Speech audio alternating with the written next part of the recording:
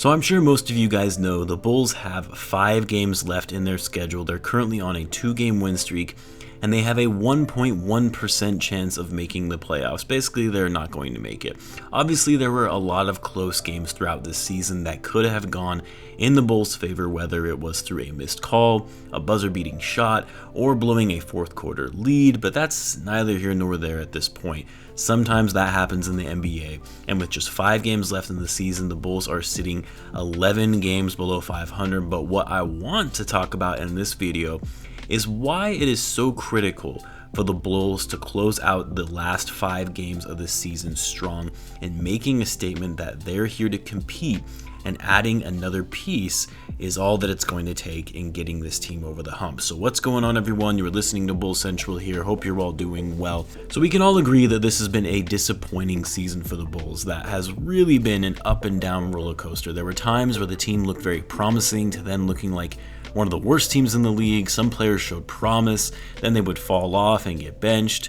Then we had some huge player acquisitions at the trade deadline that made it seem like the Bulls were on the up and up, to then the new roster not sinking right away and taking time to adjust, to then losing our best player right at the end of the season at a critical time in getting into the playoffs. And then, of course, on top of all of this, the Bulls have also traded their first-round draft pick for this upcoming season unless it falls into the top 4. Now, because of all of this, I'm sure a lot of Bulls fans have more or less given up on this season, or they've either stopped watching or have written off the Bulls entirely. But because I'm a diehard fan, I'm obviously still going to follow this team and watch the remaining games, even when there's really nothing to play for in these final games at this point. But I actually think there is a lot the Bulls are playing for and have riding on them in these last games, and I'll explain what I mean by that and what I want to see most from these final games of the season. Now, the biggest problem with the Bulls this year, among many things, was their consistency, which isn't at all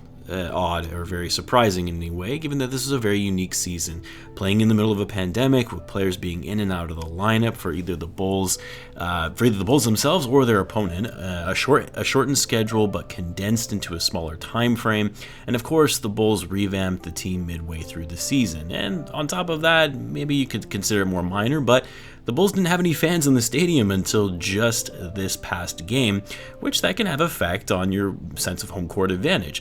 Still, even with all this aside, I would have liked to have seen the Bulls with, be a little more consistent in their play and not play down to their competition, getting blown out by bad shorthanded teams to then beating some of the best teams in the league. But because consistency has been the biggest issue for this team, showing up well in these final games, not just in the last 2 games we've seen, which were great games for the Bulls, but rather all of the games with both Zach Lavine and Vucevic in the starting lineup, that is going to bode well for them going into the offseason and targeting free agents, because at the end of the day, despite Lavine and Vucevic not clicking early on after the trade, these are still 2 all-star caliber players in their primes. You pair that with up-and-coming talents and Patrick Williams and Coby White, that's something as a free agent that can be intriguing, but only if the Bulls close out these last few games very strong and showing that they are able to play the way that we have seen these past 2 games.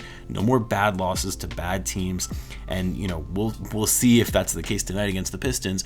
No more blowout losses where they turn the ball over 20 plus times. No more games where they just fall asleep on defense. If they can play like that for these last 5 games, even if some of these are close losses because they are still playing the Nets twice and the Bucks, but coming out ready to play, high energy, hustle and effort for the whole game, you better believe that the league is going to be looking at that. It certainly helps that the Bulls have won one of their best games on Friday against the Celtics and on national TV at that, only their second nationally televised game all season. Now, as for the things that I want to see specifically in these last 5 games that will set up the Bulls nicely going into the offseason, some of these we saw in the last 2 games and some we didn't. Number 1 is defense. The Bulls have actually played solid defense in their games against the Hornets and Celtics. Not elite defense, but solid defense, to where they were hustling and staying with their man, reading switches, even playing zone defense well. They kept both the Hornets and the Celtics to under 100 points. Need to see that level of defensive effort in these remaining games to show that they're not this team comprised of all offensive players, but rather that they have strong defensive weapons as well. Second, We really need to see Patrick Williams have strong games in these final outings. Not that he had bad performances against the Hornets or the Celtics. He actually looked decent, but I want to see more than that. I want to see him being a pest on defense, blocking shots, getting steals, and I need to see him also be aggressive on offense in these games. I'm talking averaging 15 points per game and 7 or 8 rebounds, maybe even showing off some of his playmaking skills as well. Ending his rookie year very strong will turn heads for other prospects, similar to how people were starting to hype Coby White towards the end of his rookie season before the season was suspended. People started taking notice of Coby, whether it was warranted or not. The fact of the matter is he had some incredible games that led to a lot of hype around Coby as a result. Third, the Bulls have to limit their turnovers. It's something the Bulls have struggled with all season. They've had a few good games here and there where they didn't turn the ball over as much, but I don't want to see any double-digit turnover games for the rest of the year, because at the end of the day, your team can be great on paper, and you might even have a great shooting night or play solid defense, but if you're turning the ball over 15 or 16 times or more, which is what the Bulls have been averaging this year, you're going to struggle to win games, and they have to show that they have fixed those major issues that they've had all season. Fourth, need to see that chemistry between Zach Lavine and Vucevic grow further. After that trade was made and the guys started playing together, they really didn't look that great when both of them were on the court. The team played well and looked decent when one of them was on the court, but when both of them were playing, which was frequently since they're the Bulls' best two players, they were, overall their net rating was down, turnovers were committed frequently, and then of course right away everyone started criticizing the trade, saying these two don't play well together, they're both bad on defense, their chemistry isn't there, they don't feed off each other well, which is of course very premature to say. Now in the past 2 games since both players returned from their respective absences, the two of them have looked great together, especially in the last game against the Celtics. In a post-game interview from the game against the Celtics, Zach Lavine had stated, "On playing with Nikola Vucevic, our chemistry is getting better and better, and we really need to see that shine in these next 5 games. More pick and roll, more pick and pop from these two, one spreading the floor to allow the other in driving to the paint, and also just visibly happy and excited to be playing together." I mean, that's what I was pleased to see in that last game, was seeing Zach and Vucevic cheering each other on, giving each other high fives, all smiles on the bench. It's the little things like that that go a long way to show in the offseason that these guys are now starting to work well together after a midseason trade, and just imagine what they will look like with a full offseason and training camp of them playing together. And this kind of leads me into my final point on what I want to see in these final games, and is really just chemistry and excitement from the team as a whole. Look, we know this team is going to look different at the start of next season.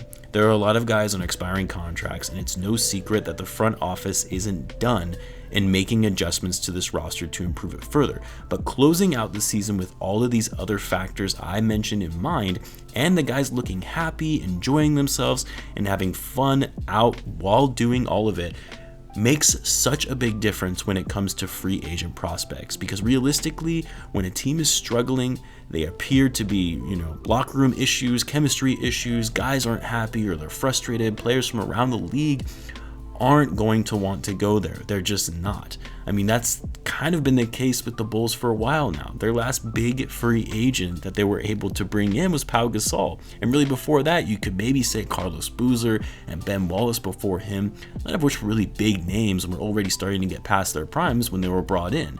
And part of the reason for that was, for the Bulls, there was always this sense of friction, whether it was between the players themselves, players in the coaching staff, or players in the front office. The Bulls were always seen as this team that was a bit of a mess, whether on the court or off the court. And that's definitely something players, meaning players on other teams, recognize is the general vibe of the team and what's going on behind the scenes. So for the Bulls finishing the rest of the season with the players looking happy and having fun and doing it all even though they're going to be missing the playoffs, says a lot about the chemistry of the team and their camaraderie with one another. In any event, this is going to be a very interesting offseason for the Bulls. I'm going to come out with a video once the season concludes on my offseason predictions, but I do anticipate that there will be a lot of changes and some unexpected moves that we won't see coming, kind of like the Vucevic trade or the Billy Donovan hire, because if there's anything we know about Arturas, is that he likes to keep things quiet and pull the trigger when you least expect it. Anyway, I would love love to hear what you guys think though. Do you agree with my keys to these remaining games of the season? What are some of the most important things you guys think we need to see in these last 5 games from the Bulls? Let me know in the comments. I'll have a live group chat for the game tonight against the Pistons, so be on the lookout for that if you're interested in following along with the rest of the fans. As always, be sure to subscribe if you're a Bulls fan, as I do post daily Bulls content. Thanks again for tuning in, guys, and I will catch you in the next one.